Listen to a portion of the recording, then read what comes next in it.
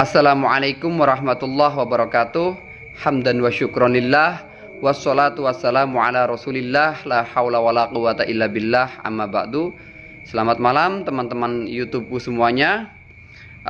Pada malam hari ini saya akan mencoba memenuhi satu permintaan dari salah satu akun YouTube yang bernama Abdul Aziz As-Siddiq kalau nggak salah, yang bertanya tentang fenomena sekarang, bukan bertanya sih, meminta untuk dijelaskan dengan banyaknya fenomena bunuh diri.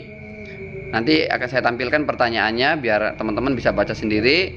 Pada intinya adalah dia meminta untuk saya jelaskan dosa yang didapatkan bagi orang yang bunuh diri, lalu kemudian apa balasannya nanti di akhirat. Oke, mungkin itu ya.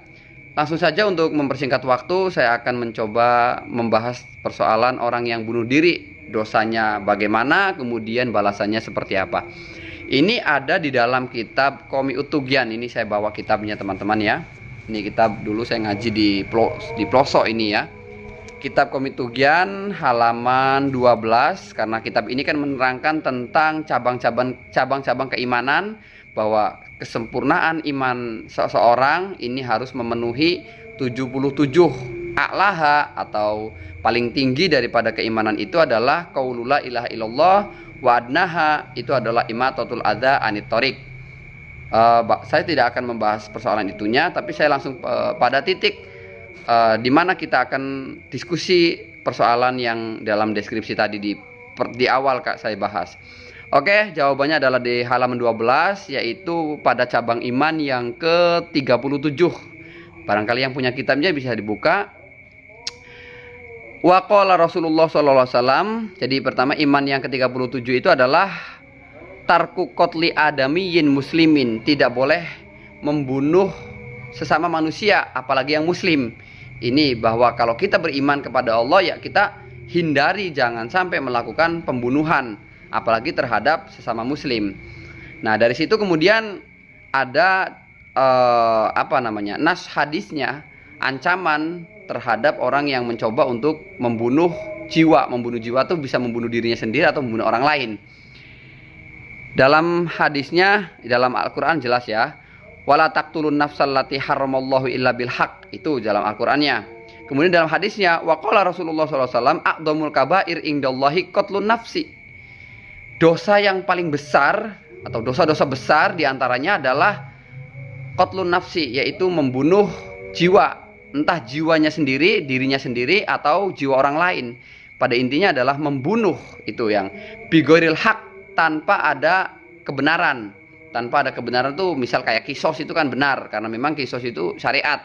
Tetapi tidak ada unsur yang dibenarkan oleh syariat, kemudian melakukan pembunuhan entah terhadap diri sendiri atau orang lain. Itu hukumnya adalah kabair, atau termasuk daripada dosa besar yang sangat-sangat dibenci oleh Allah Subhanahu wa taala. Sekarang balasannya apa bagi orang-orang yang melakukan bunuh diri?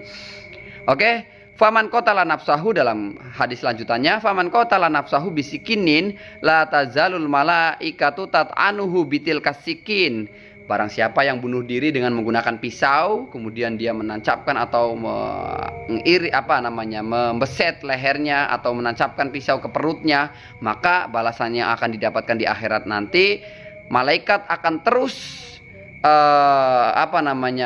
mencabik-cabik ataupun tusuk-tusukan ke bagian-bagian tubuh di mana dia dulu pernah melakukan bunuh diri dengan cara itu.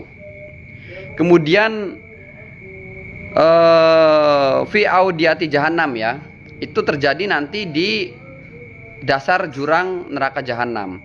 Wa in alqa nafsahu min makanin hatta yamut la tazalul malaikah tulqihi min syahikin ila wadin finnar. Kemudian barang siapa yang bunuh diri dengan cara menjatuhkan diri dari tempat yang tinggi, dia naik, kemudian dia menjatuhkan diri sehingga akhirnya mati, maka balasannya adalah oleh malaikat dia akan dijerumuskan ke dalam jurang neraka jahanam sampai terus berkali-kali, kemudian dia mati lagi, dibangunkan lagi, diangkat lagi, kemudian dijerumuskan lagi, dijatuhkan lagi, terus menerus sebagaimana dia melakukan itu ketika dia bunuh diri di dunia.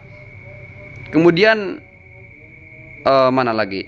Wa in allaqa nafsahu bihablin famata la yabrohu mu'allaqon fi judhu'in min nar. Sama, apabila seseorang tersebut dia melakukan bunuh diri dengan cara gantung diri, maka balasan yang nanti akan dia dapatkan di akhirat adalah malaikat akan menggantungnya di neraka jahanam dengan tali yang dia gunakan saat dia melakukan bunuh diri ketika hidup di dunia.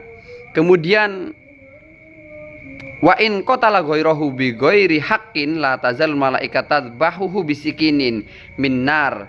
Dan barang siapa membunuh orang lain tanpa ada unsur kebenaran, tanpa dibenarkan oleh syariat, maka malaikat akan terus menyembelihnya nanti di akhirat nanti dengan menggunakan pisau yang terbuat dari api neraka.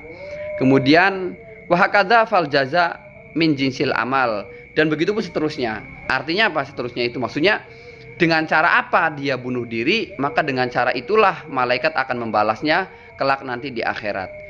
Kalau dengan cara menjatuhkan diri dari tempat yang tinggi, maka akan diangkat oleh malaikat di tempat yang tinggi, kemudian dijatuhkan ke dasar jurang jahanam, sehingga dia akan mati, kemudian dihidupkan lagi, jatuhkan lagi, akan mati, hidupkan lagi, terus menerus seperti itu. Baik, mungkin itu saja yang bisa saya jelaskan.